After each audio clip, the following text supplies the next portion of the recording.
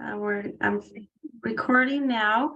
If you guys can get a piece of paper, you're going to want a piece of paper. If not, that's okay. But I've got some great information to teach you today that I'm so excited about, and having a piece of paper would help. Hmm. I am Shelley Jo Wallstrom. I'm also the chairman of the Alliance.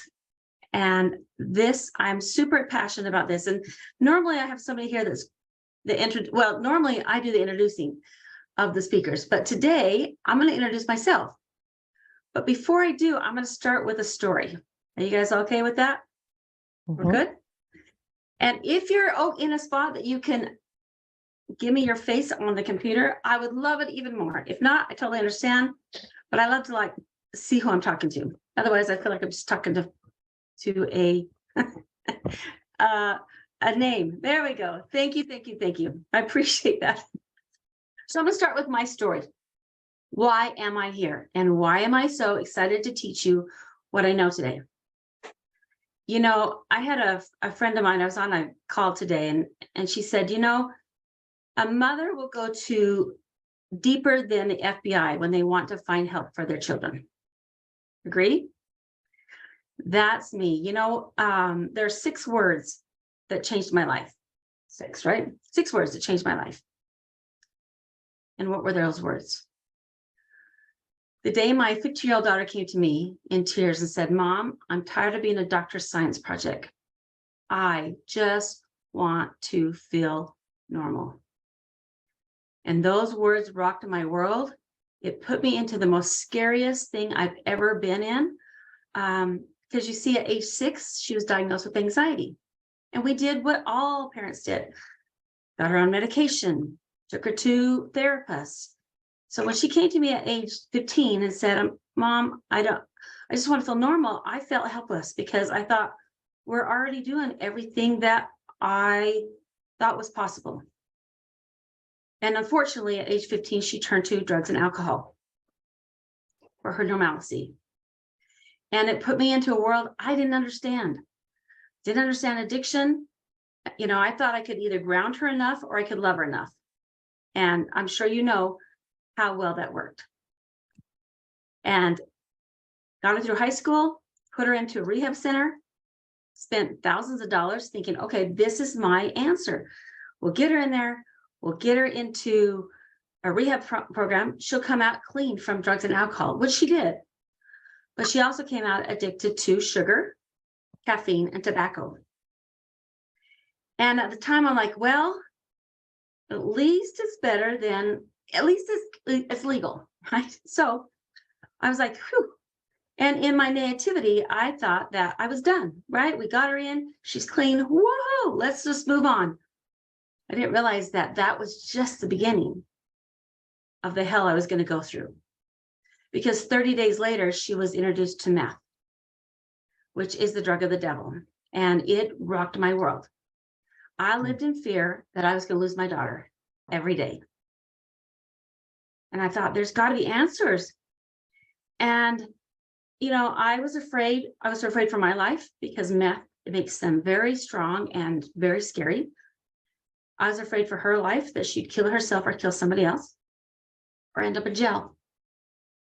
And the first time she ended up in jail, I thought, I was actually relieved because I'm thinking, for the first time in years, I know where my daughter's at. I don't have to worry about her. And again, in my naivety, I thought, okay, she'll get out and we'll move on, right? I mean, my thought was, if I ever went to jail, I wouldn't have to go back there. But again, I would watch this cycle and, she'd stay good. And then I watch her and she'd start to relapse. And we'd go through this cycle. And then she'd end up in jail. And the thing I learned about addiction is, first of all, nobody wants to be an addict. Second of all, they're usually self-medicating for something or for trauma. And third is they're just white knuckling it. So even when they're not using, they don't feel good. But it didn't make sense to me. And I just watched the cycle. And finally, after the 4th time of her going through this and her 4th time in jail, I thought, I got to find an answer here. And I did the only thing I knew what to do, and that was pray. And 2 days later, I was watching a show on a Consumer Report. And they were talking about how they were using amino acids through INV that were specific for the brain. And they said, after 3 days, the cravings start to go away. And after 10 days, they're almost completely gone. There's an 85% rate of recovery. And I thought, this is my answer. But it was $1,000 a day. And I thought, okay, is there a better answer?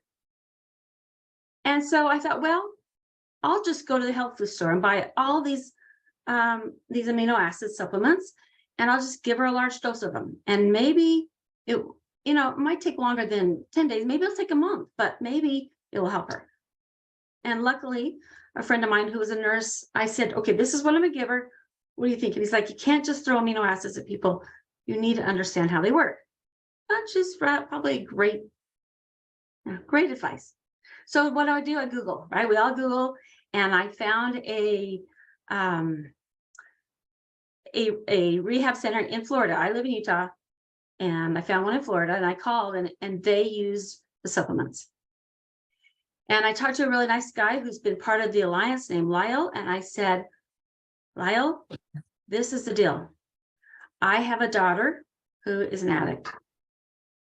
And at the time, I was also a certified hypnotherapist. And I said, I have clients that I feel like there's something missing. I would work with them, and then they'd come back, and it was like I hadn't done anything. So I'd work with them again. I'm like, it's like 50 first dates, right? I mean, it's like there's a missing link here. And I thought there's something in the brain that's not working. I didn't understand it, but I knew something wasn't right. And I said to him, and I'm also a mother of a daughter who's struggling with addiction. Can you teach me about amino acids? He said he would teach me everything I need to know, but in 2 weeks, there was a training in Salt Lake City on amino acids.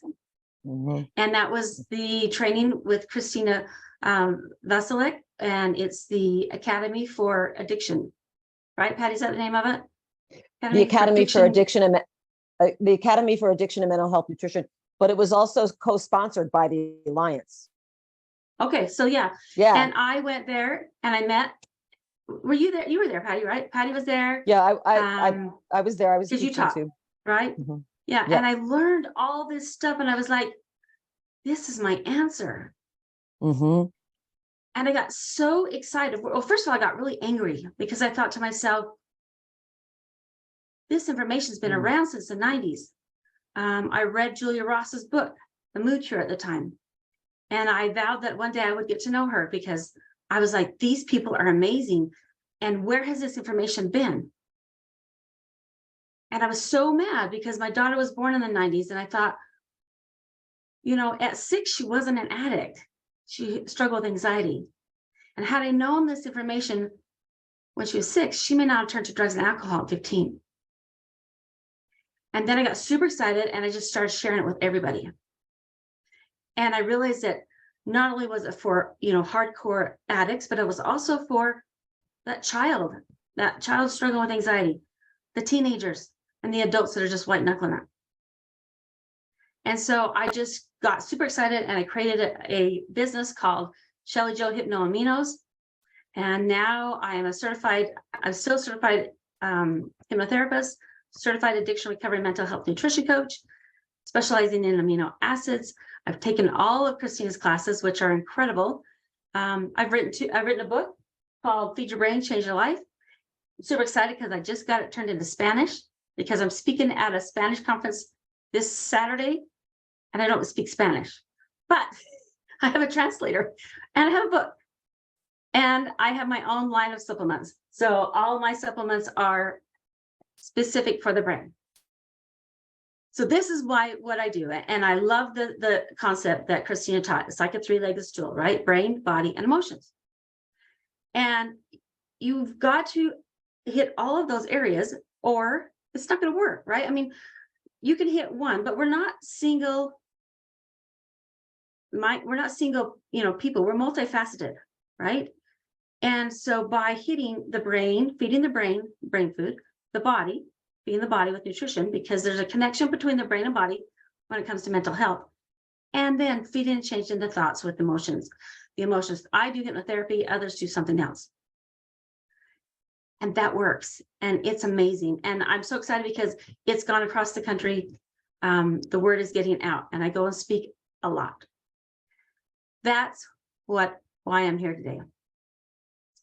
Like I said, I was introduced to the Alliance through Christina. And I think it has a great potential to hit a lot of people because there's so many people who are struggling. So now, today, we're going to talk specifically about your thoughts. Why our thoughts are so empowering, and why what we say to ourselves is so important. In fact, what you say to yourself is more important than what anybody else can say to you, right? Now, if I ask you, how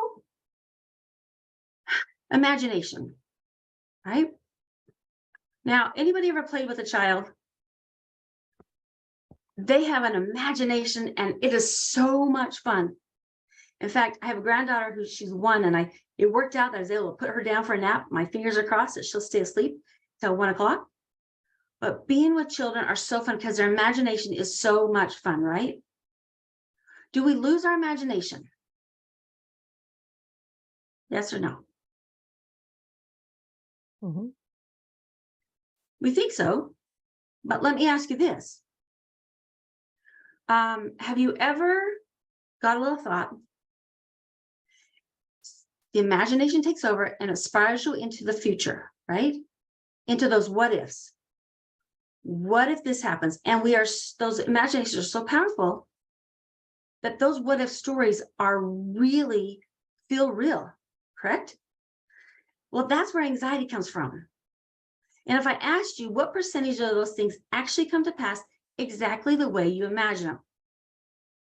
50%, 20, 15, 10, maybe 0. It's very, very, very low, right? So we get this little thought spirals into the future. That's where anxiety comes from. Yet it's wasted energy because most of those things do not come to pass, right? Now, the same thing happens. We get a little thought, a little trigger, right? Comes up and it spirals us into the past, right? Can we change the past? No, right? We can learn from our past. We can change our perception of our past. We can teach from the past. We can have empathy for others who are going through what we're going through, but can we change the past? No. So it's just wasted energy, right? So the only place that you have power and strength is in the present moment. Each present moment of your day, of your life, is where your strength is. That's where your power is. That's where your confidence is. That's where your joy, your happiness is, in the present moment. Eckhart Tolle said, talks about the power of now. And so when you're allowing your mind to spiral, and the thing is, guys, is our mind is kind of like our body, right? We can work our bodies and make our bodies stronger.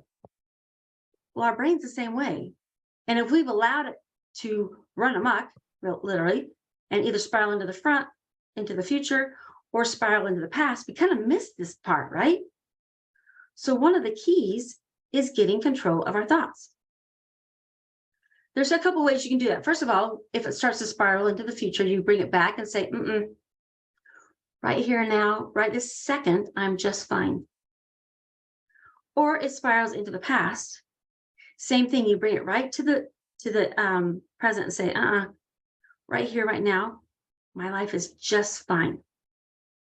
Now, the other way is to find something that you can touch that's in the now, whether it's a desk or a water bottle or something that brings your thoughts back to the present moment. Okay. Sometimes, it can be a challenge to get control of our thoughts, but once you do, it brings you into control. And that's what we want to do, is get our thoughts in control so that we're not spiraling into the future or spiraling in the past. That makes sense? Mm-hmm. You still with me? Mm-hmm. Okay. So what I want you to do is I want you to do something for me. We're going to do an imagination for me. Now, I just want you to just close your eyes for just a minute. And the only reason I'm having you close your eyes is just so that you can focus on yourself. Okay? And I want you to pretend and imagine I've got this bowl. and it's filled with candy. It's filled with lemon drops. Everybody's tastes knows what lemon drops are, lemon heads, right? So if you're not, it is a piece of candy that has sugar on the outside and it's really sour on the inside, right? So now I want you to focus on that, and I want you to pretend and imagine that I give each of you a piece of this lemon head. I'm giving you a lemon head. And I want you to pretend and imagine that you put this lemon head in your mouth. So the first thing you do is you taste the sweet, taste the sugar, right? Tastes good. Now I want you to pretend and imagine that you bite into that lemon head, and when you do, you taste that sour of the lemon. Just kind of focus in on for a moment, biting down onto that lemon. And as you chew it, it's going to go down past your salivary glands and down into, you're going to just taste every bit of that sour. Okay. Great. Now just open your eyes. And if you felt like you were eating a lemon, just make a gesture, because isn't it kind of crazy how it's like you think about it for a moment and then you're like, oh my gosh, I can actually like taste that lemon. That's the power of our imagination. They're strong. So now what I want to do is I'm going to talk about, this is where we're going to do, I don't want to call it experiment, but I'm going to teach you some things. And this way, if you have a piece of paper, we're going to talk about those words and what they do and why they're so powerful and what they cause our imagination to go and what it causes our subconscious to do. So number one, I want you to write down these words: try, trying, and tried. Okay, I'm going to try, I've tried, and I'm trying. Okay. Now what I want you to do is I want you to take your pen and I want you to put it in your hand like this. If you have a pen or your phone or something to put in your hand. Okay. Everybody ready? Are you all with me? Now I want you to try to pick up that pen with your other hand. So with the other hand, try to pick up that pen. Yeah. Now I didn't say pick it up. I said try to pick it up. Right? Okay, try. So even those I can't see on that on the screen, try to pick it up. Try it. Come on, try harder. Are you guys trying? Come on, try harder. Okay, pick it up. Go ahead, pick it up. Now try to put it back down. Are you trying? Try harder, try harder. Okay, now put it back down. Now, tell me, you can either unmute yourself or not, but how did that feel? Anybody have a comment?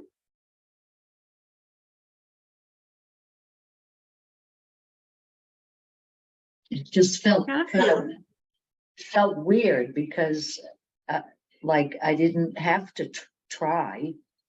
I could Right. just What did you want to it. do? Yeah, you wanted to just do it, right? Yeah. And is it Elaine? Excellent. Okay, so you just said it right. When what you wanted to do was just pick it up, right? But when you say the words try, trying, or tried, what it does is, you know, our subconscious is going along and we say that words and it's like it gets a glitch. It doesn't know what to do with the words try, trying, and tried. Okay, it gets stuck, right? So now what I want you to write next to that is try, trying, and tried equals failure in advance. Right?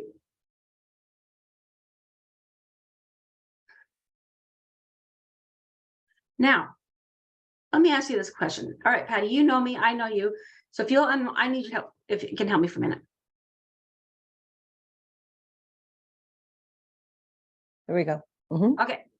So let's talk about what this means. Try, trying, and tried equals failure in advance. All right. So now, Patty, let's say I said to you, okay, hey, it's my birthday this week and I'm gonna have, wait, no, wrong one. Let's say I say, you know what, I'm gonna be cleaning up the gutters in my yard this week. And I'd love to have your help. And you go, yeah, I'll try to be there. What are you actually saying? I'm not going to be there. I'm not coming. right? Yes, yeah. I don't want to hurt your feelings because you're my friend, but I'm not coming, right? Mhm. So, and then you'll see me a couple days later and go, well, I tried to be there, right? Mm. But what But I'd happens probably is tell when you stay- directly, I wouldn't be there. Yeah, don't hurt I'm your just feelings. saying, I'm But I- going along with it, but I wouldn't say I'll try. I just say I can't make it. But I Right. get what But you're we're gonna saying. talk about that in a second. You get that, right? Okay. So what Mhm. that does is it gives us a way out. And Mhm. so even in the world of addiction, right? When you say, oh, I'm gonna try to, or I've tried to get off addiction. Okay. Mhm. What you're doing is there's always been a way out. Because then when you fail, you go, well, I tried. Right? Mhm. Yeah. So Yoda, if y'all remember Yoda, he has a quote and he says, do or do not, there is no try. Mhm. Right? Mhm. Okay. Number 2, I can't equals my I won't. I can't equals my I won't. Is there a difference in those two statements?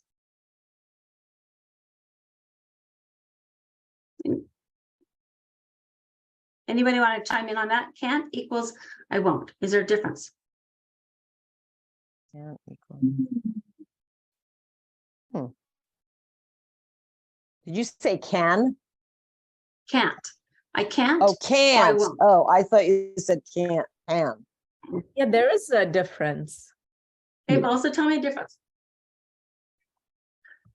I can't meaning like I'm not around, I have something else to do. Whereas won't means it's volitional. You know what? I'm able to do it, but I won't do it and it's more aggressive maybe when you say you won't do something, whereas I just can't, I have kids to take care of, or there are other things that are intervening with the possibility of doing something, whereas won't is just very negative and volitional. Okay. And so I know you've also, so I'm gonna have you help me here for a minute, all right? So what if I said to you, okay, hey, Valsa, it's my birthday this week and I'm having a birthday party. And I want you to come. And you go, well, I can't be there because it's my child's birthday party. Or I won't be there because it's my child's birthday party. Do I hear anything different in those two statements? Yes, you could if you wanted, if you chose to. Okay. Could you skip out on your child and come to my birthday? No, Think about it. Could you? no. Think about it.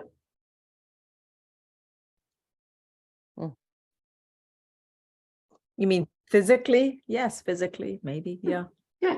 So you could, yes, right? You could skip out on your child and come to my birthday. But you wouldn't. Right? And it's not my birthday anyway. So we don't have to worry about that. But the challenge is the difference in can't and I won't. Okay. I hear that Vols, when I said, can you come? And you go, I can't be there or I won't be there. I hear that Vols is not coming, right? That's what I hear. But what is the difference in the word can't and won't? Can't is I'm a victim. I have no power. I am at the mercy of the universe and everybody else. I don't have a choice. I won't is I'm choosing, right? To the person who's hearing it, it doesn't make a difference. But to your subconscious, it makes a huge difference because can't makes us feel like we have no power. We have no power. Won't is we are in charge, right? And that's what we're doing here is getting your subconscious to see that it has the power. We're taking back our power. We're changing that software program, right? And allowing the subconscious to see things a little bit different. Well, I'm Okay. not sure that. So I still think that for me, won't sounds very aggressive. Like I won't come. Whereas I really want to come, because you're my best friend. I want to come, but I just can't because my son is having his party that day. Mhm. It sounds less aggressive. And for me, I agree. for myself, it sounds less aggressive and more soothing to my soul and to my it sounds more soothing to my soul that I really love you, Shelley, and I want to be there for you. And but I I just can't make can't, it. I can't All right, make so it. let me show you this, Valsa. Let's change it back around, okay? Let's say it's you and you say, hey, Shelley, I want you to come to my party. And you know what? I say, you know what, Valsa, I would love to be there, but I won't be there because it's my daughter's birthday. Mhm. Does that still, can you feel the difference? It's still the same words. It's still, I'm telling you how much I love you, but can't means I have no power. Won't is, it's my daughter's birthday and I'm coming because, I'm not coming because I understand, right? It's your child. Okay. It's just a difference in words. It's what your subconscious hears. Okay. So when your subconscious hears, I can't, it goes, I have no power. Right. But isn't it the intention behind your words? I mean, with everything? Absolutely. It is. So, Absolutely. We're just talking the here about why intention's there. what you say matters. Good job, Patty. Yeah, Okay. it is intention. Yes. Okay. Number 3 is I don't know. Okay. Let me ask you this. Have you ever gone to Walmart and you say, ask a clerk or somewhere, can you tell me where something is? And they go, I don't know. And what's your thought? Oh, They won't help me. It's your job. You should know, right? All right. When we say the words, I don't know, our subconscious says you're right. And it puts up this wall. And it says, I'm not going to tell you the answer. Right? Because its job, your subconscious job is to keep you safe and protected. Right? And to make your wishes come true. So when you say the words, I don't know, it says, all right, you don't know, and I'm going to put a block up. Now, what if you say, and put yet on the end of it? I don't know yet. And how does that feel different?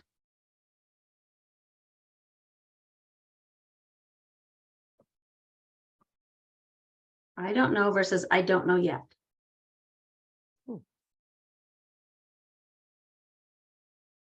Yeah, means I'm open to knowing. Thank you, Aileen. What it does is it says to your subconscious, it kind of gives it a job. And it says, I may not know the answer now or 10 years from now, but I'm open to the opportunity. So it opens you up to the possibility of making a change, right? And emotionally, especially when we're working in the addiction world, these words are powerful. And by saying, I don't know yet, at least it starts you down a path that says, you know what, I may not have had the answer right now, but I'm going to find an answer. The subconscious. Okay. Number 4, have to. What are some things that you have to do besides breathe? Because that's parasympathetic and we don't get to control that. We don't control our breathing. We can, but Eating. eating. Mhm. Okay. What else? What else, sleeping, Patty? What else do you have to do? sleeping. Sleeping. Okay. What else? Anybody else?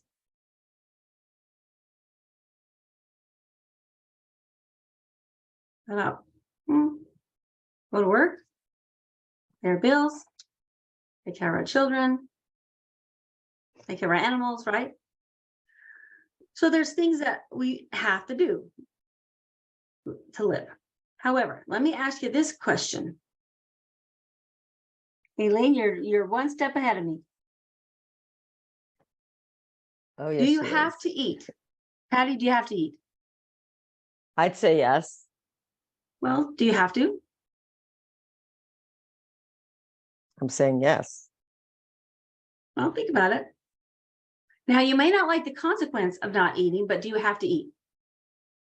Well, no, you don't have to. No. Do you have to sleep? Same thing, right? You may not like the Mhm. consequence, Mhm. but do you have to sleep? Do you have to pay your bills? Well, no, but you may not like the consequence, right? Do you have to work? Same thing. No, but you may not like the consequence, right? Mhm. But when we say the words have to, you've all seen a little child, like a 3-year-old who has a temper tantrum, right? And they're having a temper tantrum. Why? Well, because they're being told that they have to do something they don't want to do, right?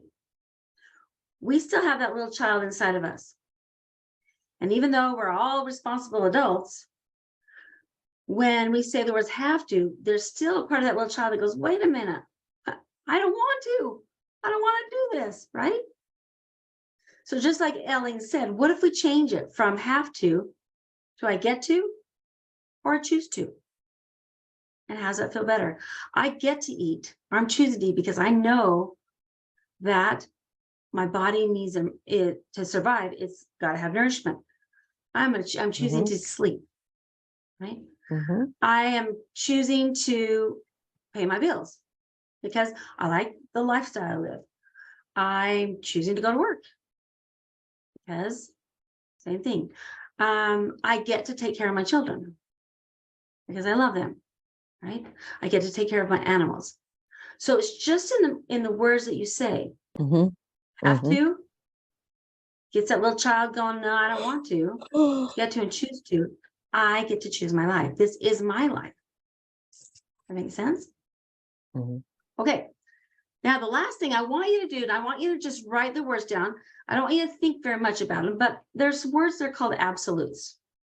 So I'm going to read these off. And if you find yourself that you say them on a consistent basis, I'm not going to ask you what they are, but I'm just going to ask you to write them down and consistently if you use them.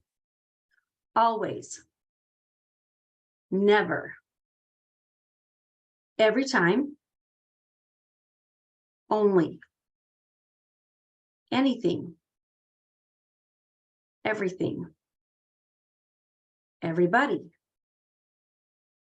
Nobody. Impossible. Everyone. No one. Perfect. Now, if you wrote down anything on that list, I know that when I was growing up, there was that cute little rhyme. Nobody likes me. Everybody hates me. Guess I'll go eat worms. I don't know. We used to sing here in Utah. I don't know if you guys heard it there, but no one understands me. Everybody gets what they want. I don't. Nobody knows what I'm going through.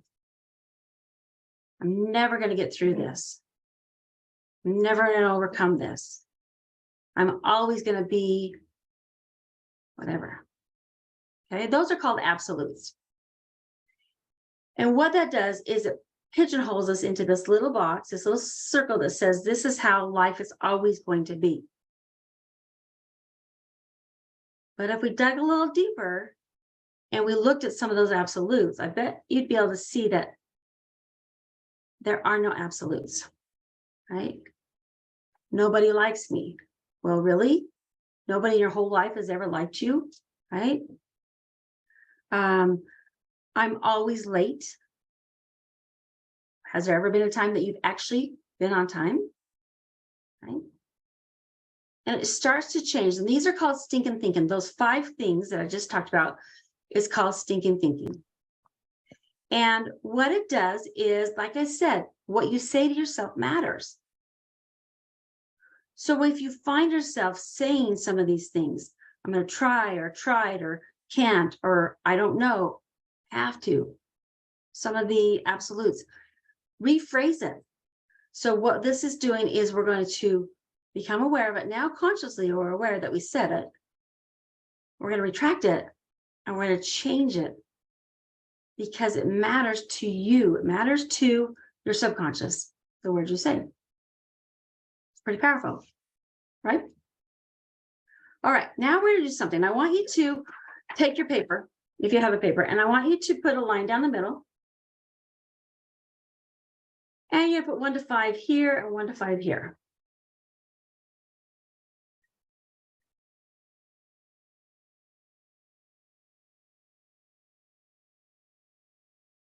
Now, what I'm going to have you do is I want you to think for a moment. And I'm not going to ask you the statements, so you can write whatever you want, but I want you to think of 5 statements that you might say on a consistent basis that are negative towards yourself. I'm not smart enough. I'm not pretty enough. I'm not skinny enough. I have no willpower. I have no drive. I'm not good enough. not worthy enough, whatever those 5 are. It doesn't matter. And you're not going to tell me. Just write down. And if you don't have 5, then write down 2 or what 1. I don't know, whatever. I don't have any. Good.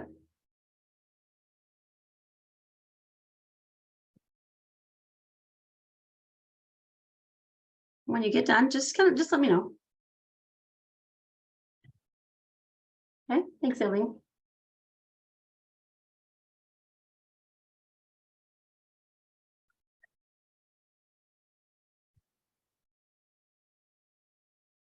Okay, thanks, Susan.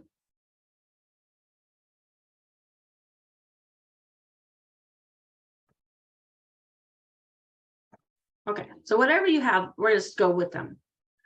Now, what I want you to do is I want you to just read them to yourself and then tell me how you feel. Thank you, Becky. Tell me how you feel when you read them. Good. Thank you, Ellie.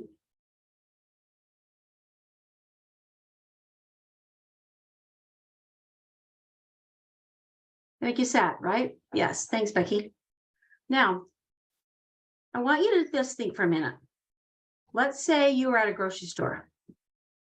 Some stranger who doesn't know you at all comes up to you and says those same words to you about you.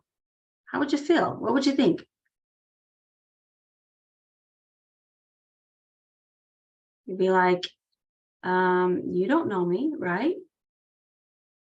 You big jerk. Mhm. Right? Yeah, we say these things to ourselves all the time and then wonder, yeah, well, how does he know? Thank you. Is it Shayna? You don't even know me. How can you say those things? But you say those things to yourself all the time and wonder why you feel so bad. No, I don't. Right? That's an exception. Thanks, Patty. That's good. But most people, you feel hopeless, right? So now we're gonna do something that's just the opposite.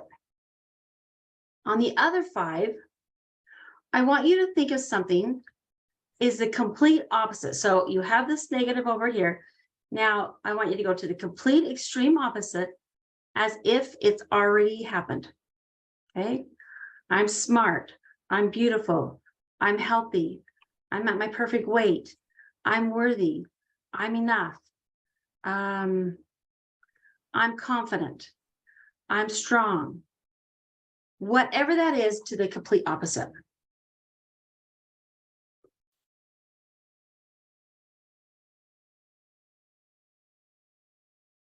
As if you're already there. I'm successful. I'm powerful with my money. There's many different ones. Okay, just let me know when you got that done. Okay, good. Thanks, Eileen. Thank you. Thank you. Excellent. Thanks, Shayna. Thanks, Becky. Okay. Thank you, Eileen. Now what I want you to do is I want you to read those to yourself and tell me how you feel. Tell me the difference between the first one and the second one.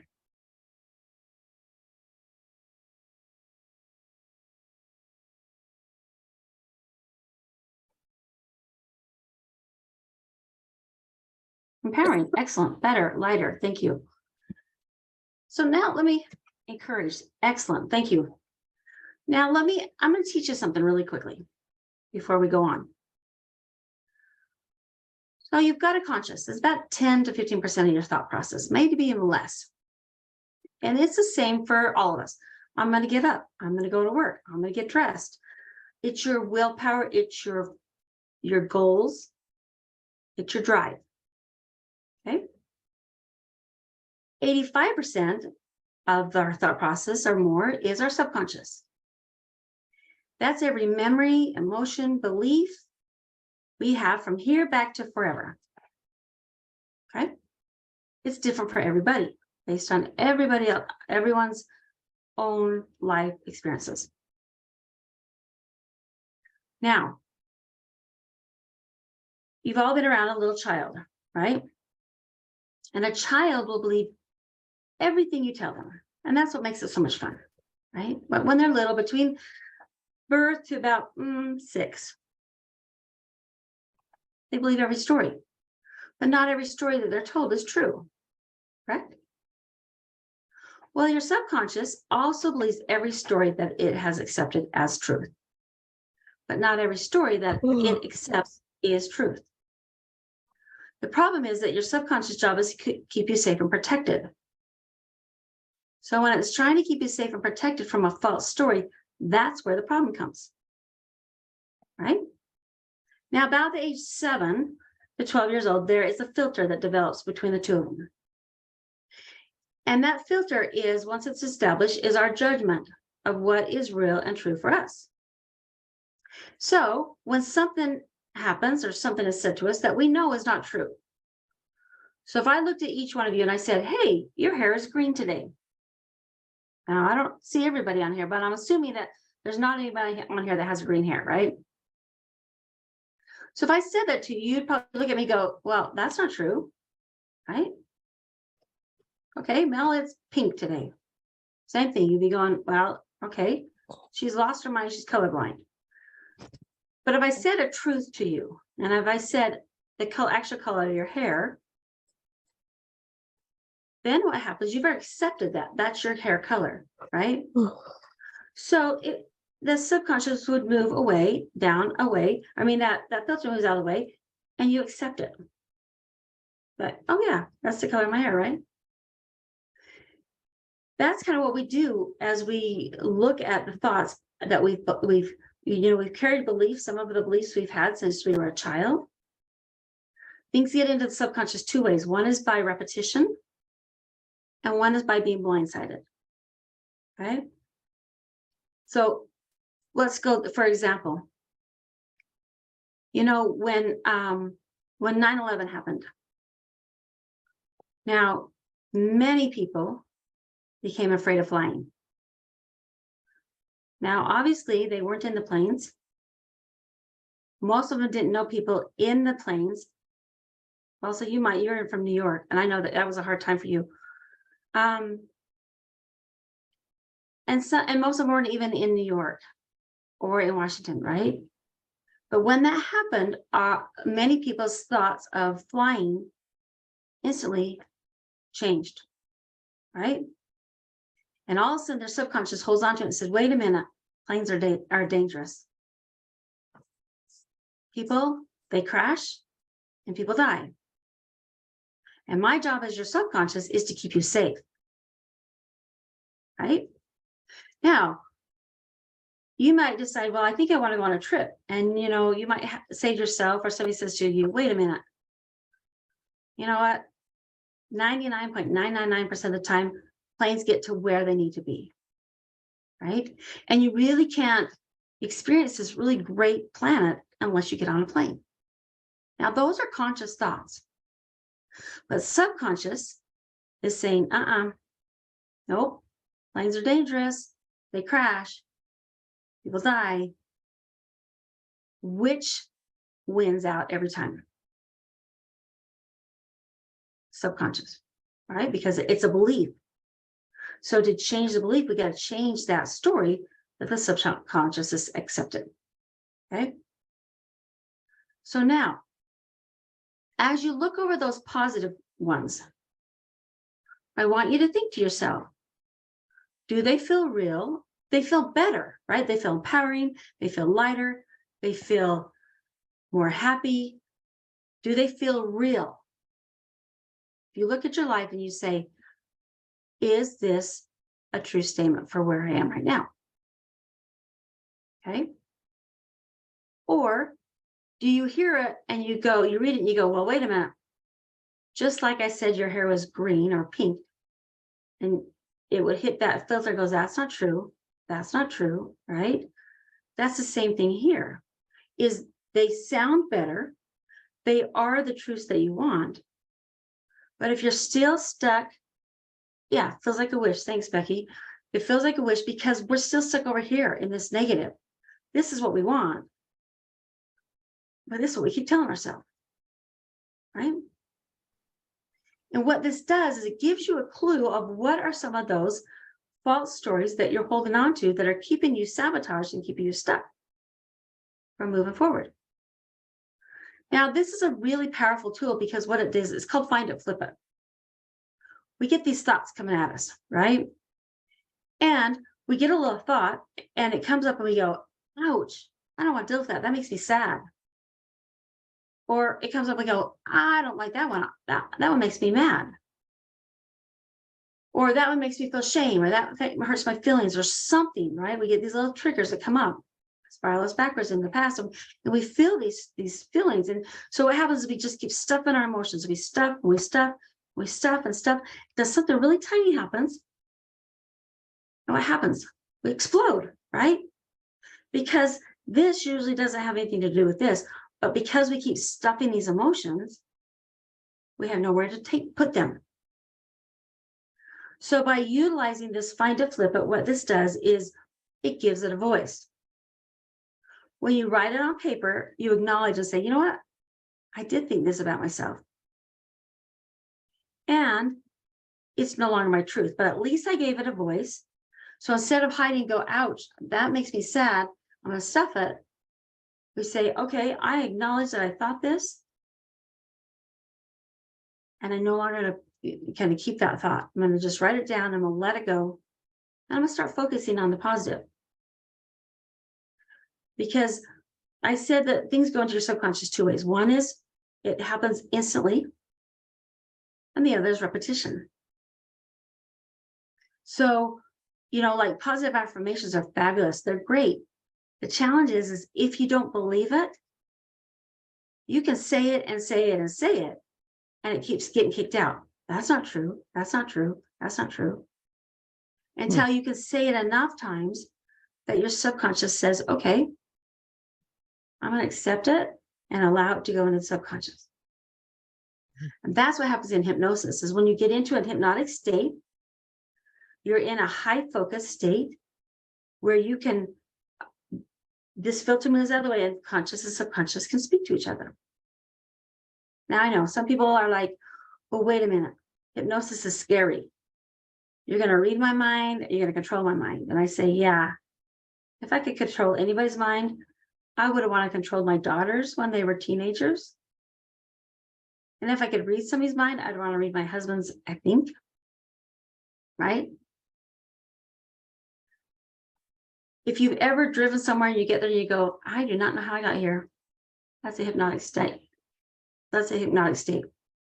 Or let's say you're on your phone and you're so absorbed in what's going here and somebody's calling your name and they're like, well, gosh, you're being rude.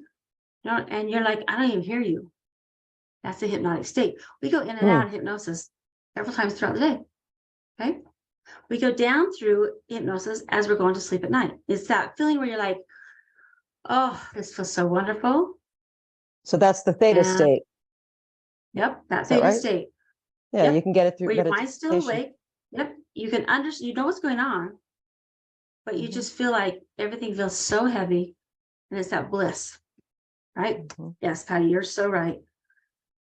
And so that's kind of what this is. It's learning to change our thought processes, right? So now if we bring it all back together, brain, body, and emotions, right? Mhm. So let's look for a minute. Since we're here on this alliance, and let's talk about addiction for just a second. We're going to talk about sugar. Because sugar is a powerful addiction, right? It lights up every single neurotransmitter in your brain. It's like a pinball machine. Bing, bing, bing, bing, bing, bing, bing, right? Okay. So let's say for a minute, we're going to take out sugar, right? We're just going to, not going to take out sugar, not going to eat sugar anymore. Now, there's an emotional attachment to sugar, right?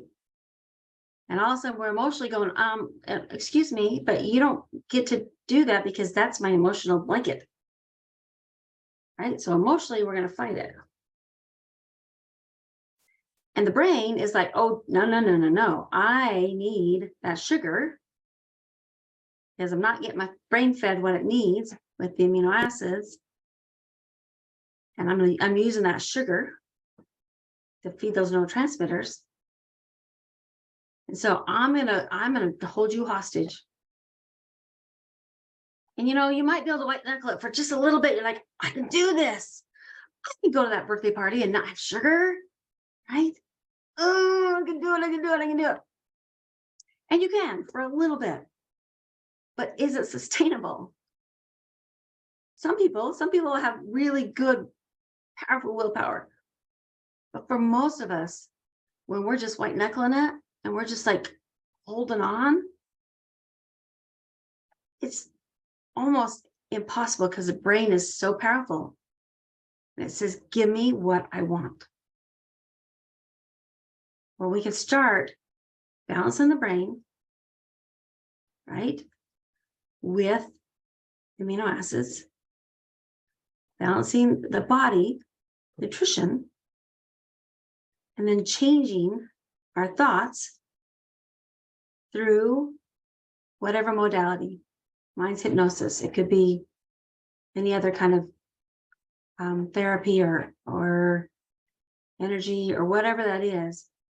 That way, you equal that three-legged stool. Optimal health. Any questions?